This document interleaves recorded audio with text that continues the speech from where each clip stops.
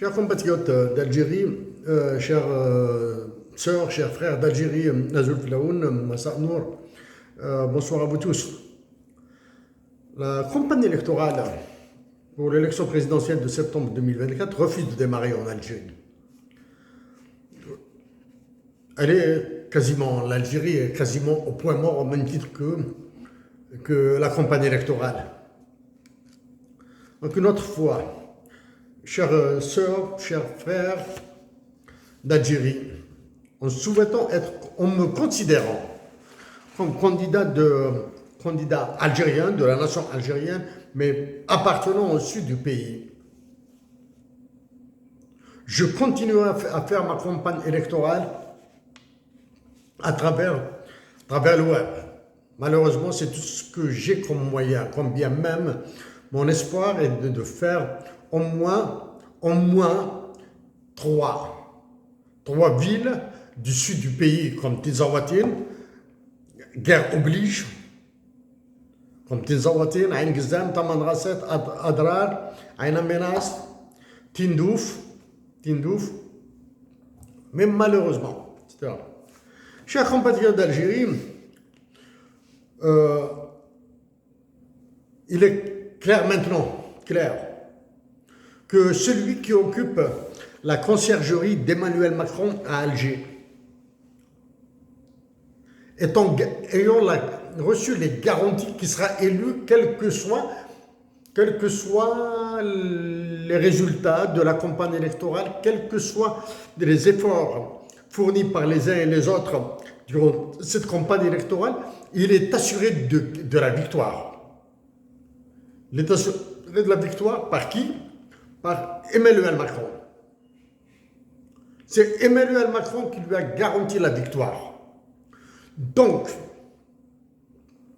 chères sœurs, chers frères d'Algérie,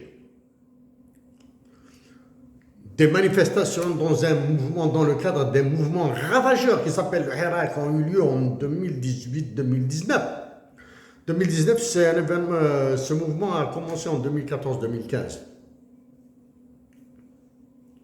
Ce mouvement a commencé en 2014-2015 en Algérie. Bref,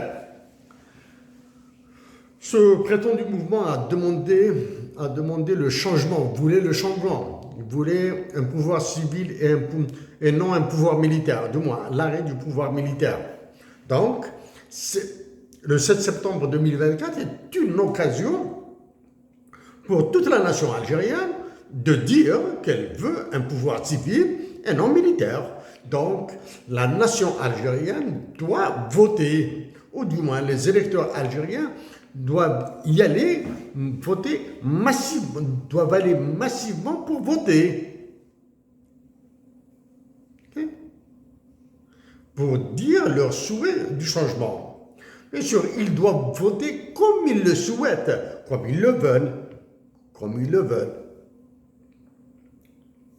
Donc, je sais aussi que le candidat qui est au silence, carrément au silence, le candidat qui est au silence, c'est qui est garanti, pour qui la victoire a été garantie, refuse de s'exprimer probablement pour des airs de volume, avec celui qui fait office du chef d'état-major de l'armée, alors que les deux doivent partir. Etc. Certains candidats que certaines langues appellent les lièvres, j'ignore pourquoi ils sont appelés les lièvres, j'ignore, commencer au moins particulièrement à commencer à parler. Avant d'aller vers des sujets extrêmement graves, toujours graves, comme ce que fait Macron en Algérie et dans le sud du pays. On appelle 3 éléments. Trois ou quatre éléments. Quiconque vous dira qu'il a un programme électoral est un menteur. Ok? Quiconque vous dira qu'il a un programme électoral est un menteur. Probablement que que vous diriez que utiliser le terme menteur est exagéré de ma part ou bien trop fort de ma part. Peut-être qu'il est même extrémiste, peut-être qu'il est impoli ou irrespectueux. Non. Politesse, respect, etc. Extrémisme, allez-y, à moins l'extrémisme, allez-y le chercher ailleurs. L'irrespect, l'impolitesse, etc. Allez-y ailleurs aussi pour les trouver. Ce n'est pas chez moi que vous allez trouver de l'irrespect ou bien de l'impolitesse ou bien de l'inconsidération. De l'inconsidération. Ça, c'est un terrain politique. Il faut aller avec les expressions politiques et aller surtout avec la vérité. La vérité. Donc, quiconque vous dira qu'il a un programme politique, un programme électoral est un menteur. Voilà. Donc, je répète, quiconque prendra position sur la dotation de l'Algérie d'un hymne national bilingue, de la surévaluation du dinar de 56,4%, ok, et la libération de Toulouse avec dédommagement, aura mon soutien, que je participe ou pas. Que mon nom soit ajouté à la liste des concurrents ou pas, il aura mon soutien. Ils le disent publiquement. D'accord? La première. Maintenant, je défie tous les candidats, tous les candidats qui ont été retenus, de rendre public leur programme électoral, s'ils en ont un programme électoral, comme je l'ai fait. Je rappelle que le mien est 125 pages. Ok? C'est une opportunité pour mes compatriotes d'Algérie de jeter un coup d'œil. Si l'imprimé coûte cher, jetez un coup d'œil. Vous serez au moins fixé, balisé sur ce que diront les autres. D'accord? Pour moi, j'ai dit aussi que si je suis élu président de la République, je vais supprimer l'enseignement de Tamazight de l'école primaire. Voilà. Sur les salaires, parce qu'il y aura beaucoup d'hypocrisie qui va circuler maintenant. Hein. Il y aura beaucoup d'hypocrisie et probablement d'incompétence, probablement aussi d'ignorance sur les histoires, j'augmenterai les salaires.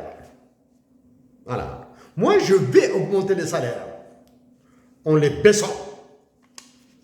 N'talla les salaires, n'habbatons. D'accord? J'ai dit que ce que je ferai subir à la nation algérienne sera pire que ce que propose le FMI et la Banque mondiale. C'est pour cette raison que le FMI et la Banque mondiale refusent de venir à l'affrontement, à la bagarre avec moi. Hein.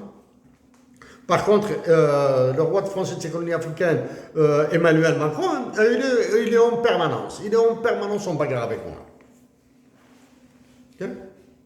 Donc, j'ai dit que je vais baisser les salaires nominaux et augmenter les salaires réels.